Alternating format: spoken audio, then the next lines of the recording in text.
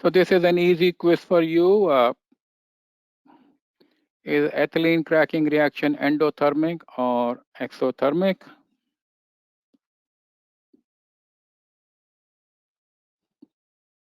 In exothermic reactions, energy is released. In case of endothermic reactions, you need heat input.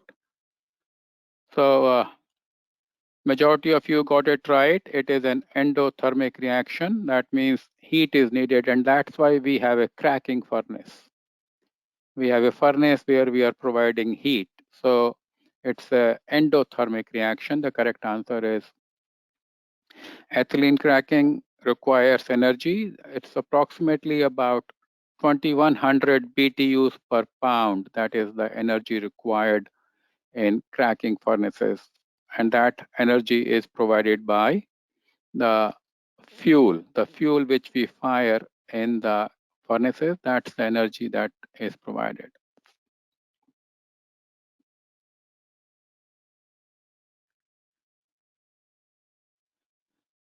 So in the pyrolysis or cracking reactions, longer hydrocarbon chains are cracked into smaller molecules. Cracking reaction requires high energy rates for the reaction to take place. This energy is provided in the form of the heat. The hydrocarbon feed can be in the form of liquid or gas, but pyrolysis reaction is basically a gas phase reaction, and we mix steam with the feed to improve the yield, and the outlet products are cooled quickly. That's basically how the pyrolysis or cracking works.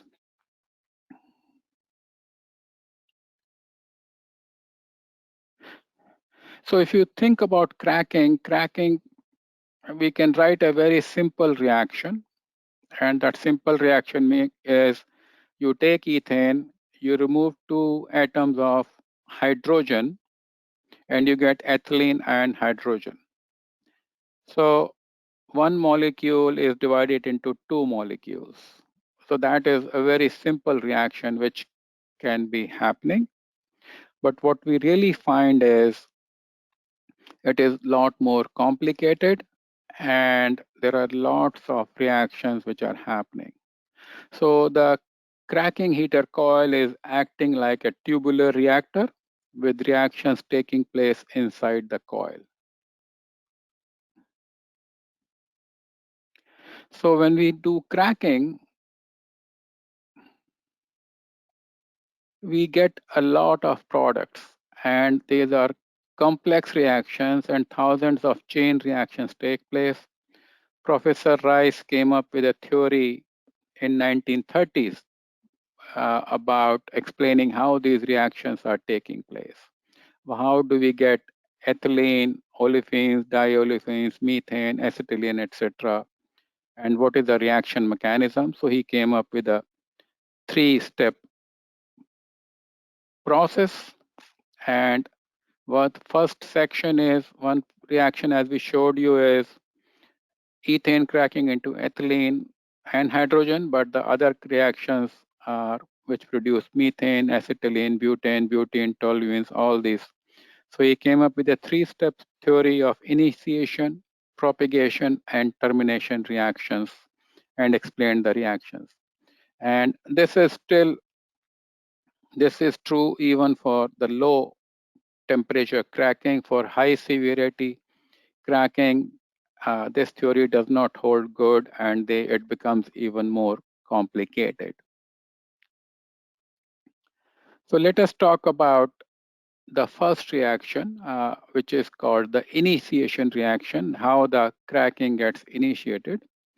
And here what is happening is ethane is breaking into 2 compounds which are called radicals. And here it is breaking into 2 methyl radicals. And that is what is happening to other molecules also. If we have a propane or if we have a butane, they are also going through the same process of generating radicals. So we want to ask you here, what is a radical? What is a radical in the chemistry? If you have selected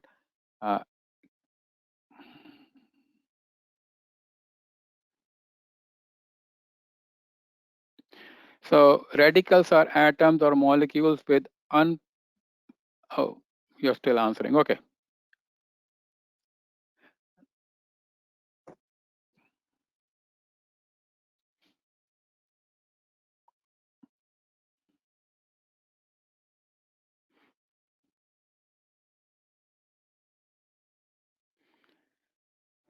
I think all of you got it correct. Radicals are atoms or molecules with unpaired electrons. Radicals are highly chemical reactive, and most radicals have very short life actually. So radicals are active species that govern thermal cracking reactions. Prominent radicals formed during pyrolysis furnaces are ethyl, methyl, and hydrogen radicals. So let's see what is happening next actually. So now we call it a propagation reaction. That is the second step. And here the methyl radical CH3 reacts with ethane C2H6 to form methane and ethyl radical. So you can see one reaction which is taking place. There are several reactions taking place. So propagation reaction consists of radicals reacting with paraffin molecules to generate more radicals. That's what is kind of happening. So this is one radical. The second one is ethyl radical generating ethene or ethylene and generating a hydrogen radical. And that hydrogen reacts with ethane to make hydrogen molecule and produce ethyl radical. So you can see all these complex reactions are taking place, and propagation reactions consist of radical decomposition and the addition. That's typically all these propagation reactions are taking place. The chemistry is complicated here. Propagation reactions, depending on what reactions are happening. If 4 and 5 are happening, we will get ethylene and hydrogen. If 3, 4, and 5 are happening, we will get methane, ethylene, and hydrogen. And if one radical reacts with the other, so then the reaction starts terminating. So you can see over here how the reactions are taking place. And here we are only talking of ethane, one. In case of propane, it becomes even more complicated. In case of naphtha, it becomes even more complicated because we have lots and lots of compounds. So it is a complicated reaction which is taking place. We are only talking of simple issues here. And one thing what we are seeing over here is if you got two hydrogen radicals, now we are in the termination stage of the reaction. So that is the last step of the reaction. And here radicals are reacting with each other and making compounds like hydrogen radicals combine to make hydrogen, methyl radical combine with hydrogen to make methane,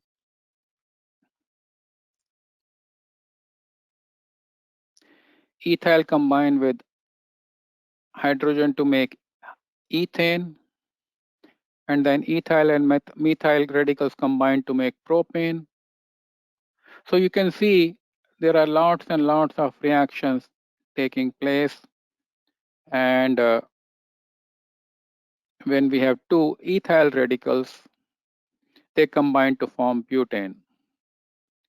So we just got into 10 reactions, a series of 10 reactions on propane only.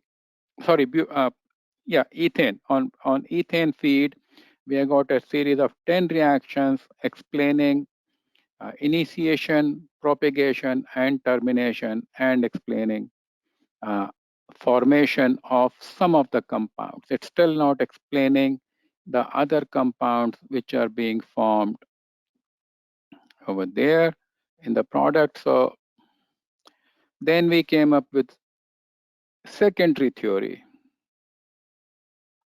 And the second theory is that there are two sets of reactions which are taking place. In the primary reactions, we are forming ethylene, propylene, acetylene, hydrogen, and methane. And then in the secondary reactions, we are forming C4 products, butane, butenes, butylines, pentane, pentenes, C6 aromatics, and C7 heavier products. And the way to stop these reactions is we need to cool them quickly and separate them in the cold section. So all these reactions which you saw that the hydrocarbons were acting on their own actually. And what engineers or the scientists found was that when they were cracking hydrocarbons alone, they were producing a lot of coke and other products.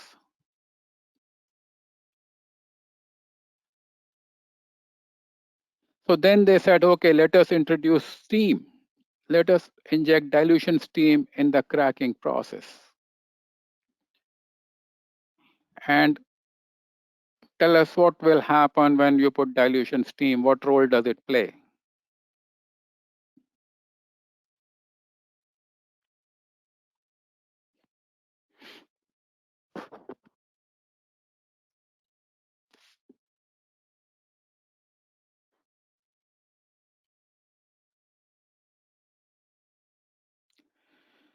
So most of you got it correct. Steam is playing two important roles.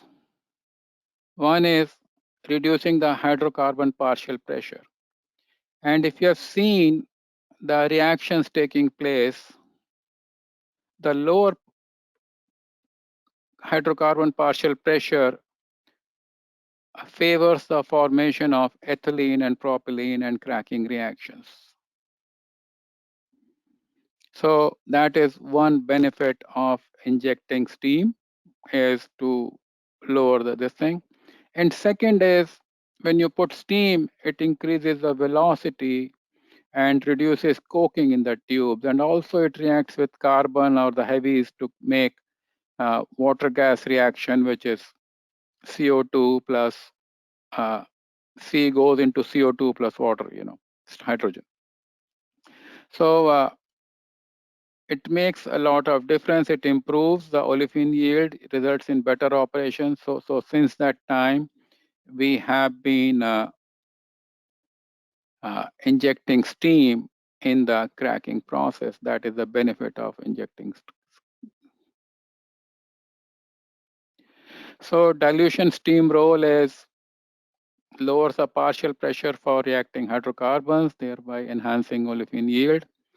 It is used for final vaporization of liquid feed also, and reduces tendency to deposit and form coke by gasification reaction. So that's basically some of the benefits of steam. So we want to ask you, all the operating folks, what is the ratio of dilution steam to hydrocarbon being used in your furnace? How much steam you are putting in your furnace?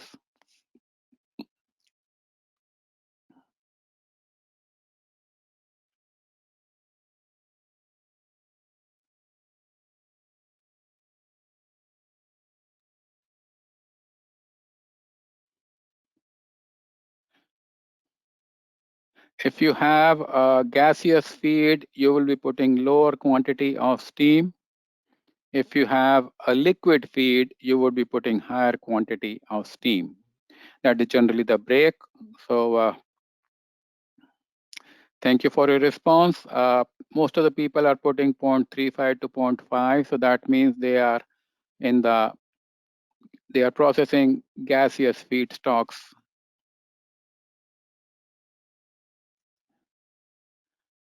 So dilution steam to hydrocarbon weight ratio, if you have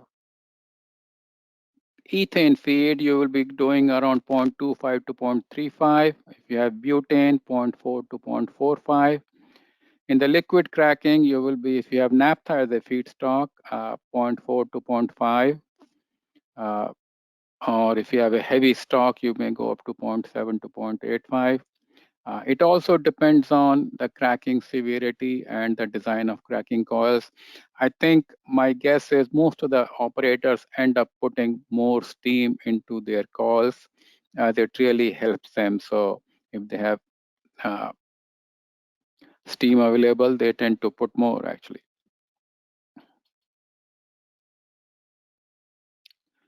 So how do we check what is happening? Because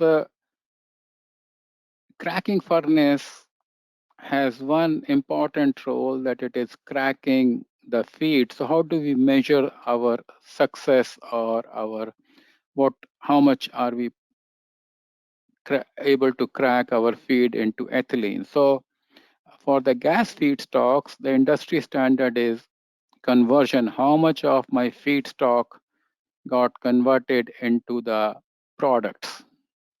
So what I'm doing is I'm taking the feedstock concentration minus the whatever is not converted divided by the whatever I fed. So if I'm putting 100 kgs of ethane, how much ethane is being left out in the process? And that kind of gives us the conversion actually. It is very difficult to get full conversion of any component during cracking, but if you look at ethane, typically you will get around 65% of conversion, 65 on mass basis. And you can see on a different, this is with 0.3 pounds of steam per pound of feed, and we are giving it at different residence times. And what one thing which is constant is the unreacted ethane is almost at about 35%. That's basically uh, the conversion, So 65% gets converted, 35% has to be recycled. Also, if you are looking at something over here, you can see from 0.46 residence time, when we reduce the residence time to 0.11, we get almost like 1.5 to 2% better yield of ethylene. So these are some of the things. That's why industry has moved to lower residence time. We will cover this in our next class, more on the residence time. It is, in case of propane, it is still the similar thing, but propane gets converted almost like 90% of conversion takes place in case of propane.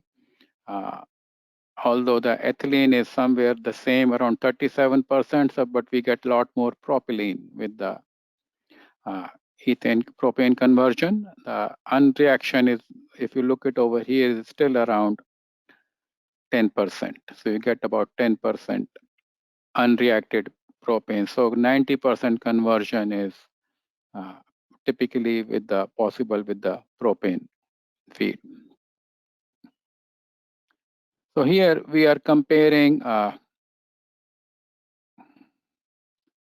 yields of ethane versus naphtha, and you can see over here, based on the mass percentage, ethane is giving you 52% ethylene, and naphtha is giving you only about half actually. So much lower ethylene is being produced when you crack naphtha on pound-to-pound basis. And naphtha cracking also is generating a lot of heavies. You can see over here. So it's a very different product slate, and naphtha cracking plants are a lot more complicated because we are having a lot more products. So the investment is higher substantially.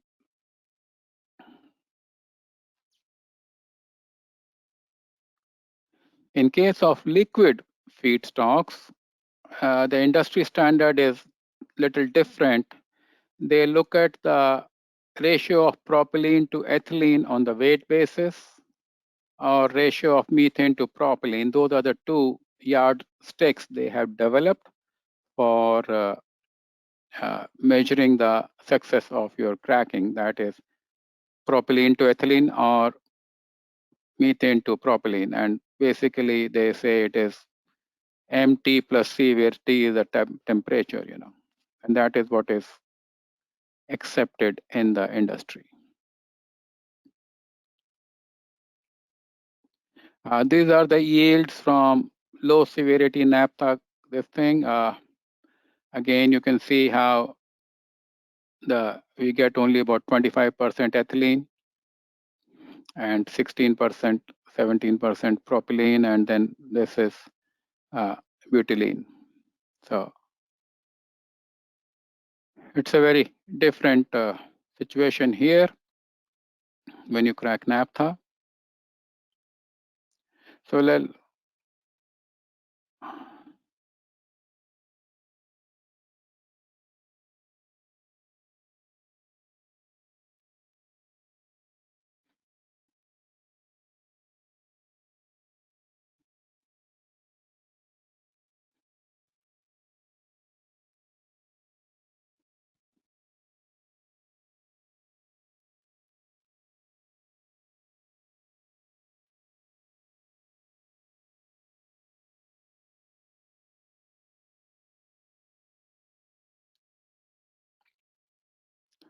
okay, low pressure. Most of you got it right.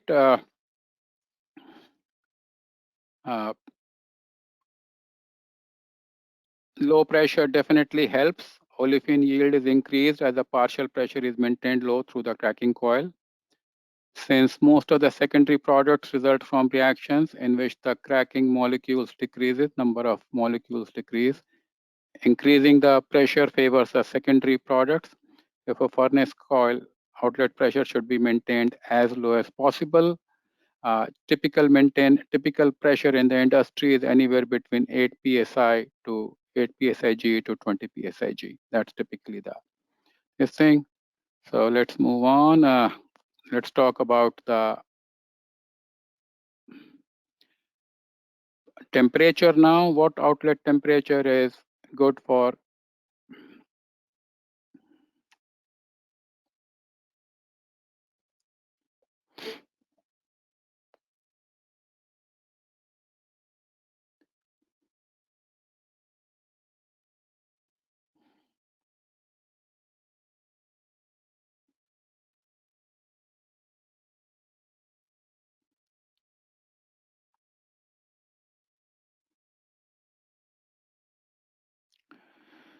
Well, almost everybody got it right. High temperature, because it's an endothermic reaction. Endothermic means it requires heat.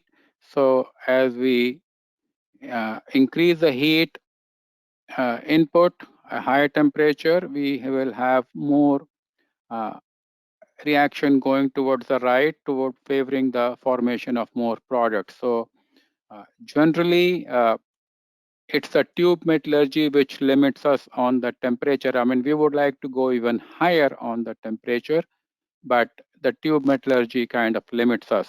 So that's basically what we are limited by, but high temperature favors the more ethylene.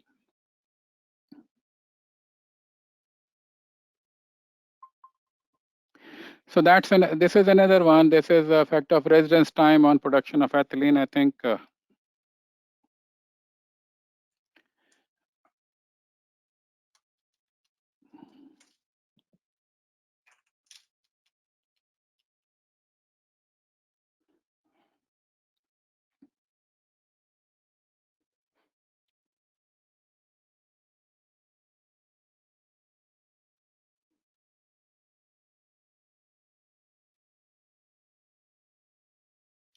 so low residence time. Yes, low residence time leads to formation of more ethylene. And also, when we say low residence time, uh, it has helped us in reducing the size of furnaces or reducing the size of the coils. And that is one reason why we can have furnaces as high as 200. One furnace can handle now 200,000 tons per annum of ethylene, or even higher. Actually, we are building mega furnaces, And one of the parameters which is driving those mega furnaces is lower residence time, leading to more ethylene. Like the flux is much higher in radiant heat transfer intensity is much higher than what is there with the higher residence time furnaces. So that's where the industry is going.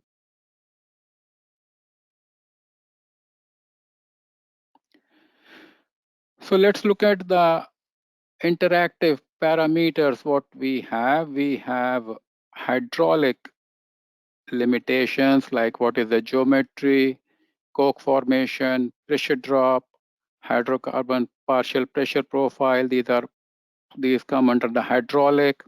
Then on the thermal side, we have the radiant heat flux, tube metal temperature, coke resistance, and the tube metal temperature profile.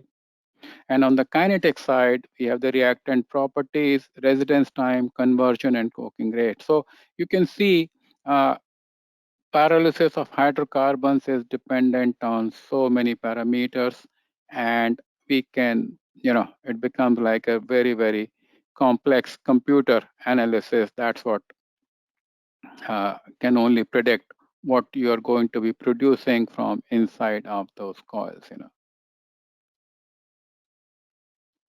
So let's talk about the feed outlet temperature. The lower temperature favors the oligomerization reactions involving in formation of secondary products.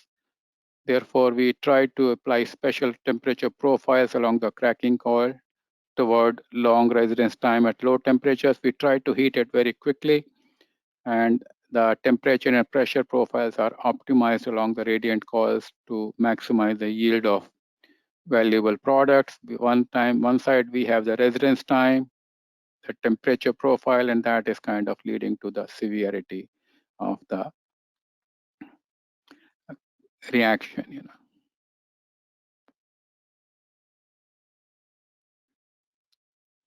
Higher cracking temperature favors the production of ethylene and benzene. Lower cracking temperature favors higher amount of propylene, butane, butenes, and liquid products.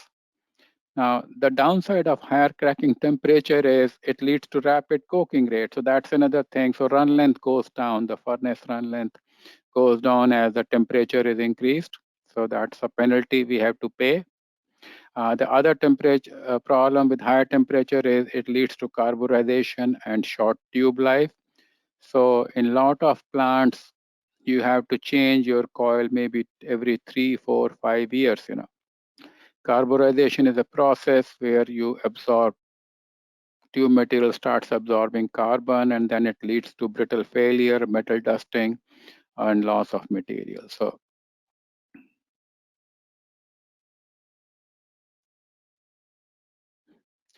one thing what we have to do is to cool the flue gases now,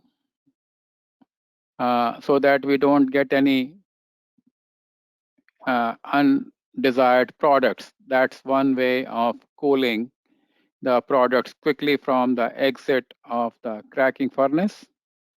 And we do that with, okay, so it's evenly split. No, everybody is trying to cool it as low as possible. Some are cooling to 850, some are cooling to, most of the people are cooling to 750. So it's typically, we want to cool it immediately or basically quench it using high pressure boiler feed water and generating steam in these special exchangers, which are called transfer line exchangers. So anywhere the radiant coil outlet temperature could be anywhere between 1400 to 1650, and we cool it down to 700 to 850 to avoid product loss by secondary reactions, and that is accomplished in this transfer line exchangers. There is a lot of science and lot of engineering and lot of development in these exchangers, complicated piece of equipment, but they generate high pressure superheated steam. These exchangers may be double pipe or multiple pipe. We are showing one over here.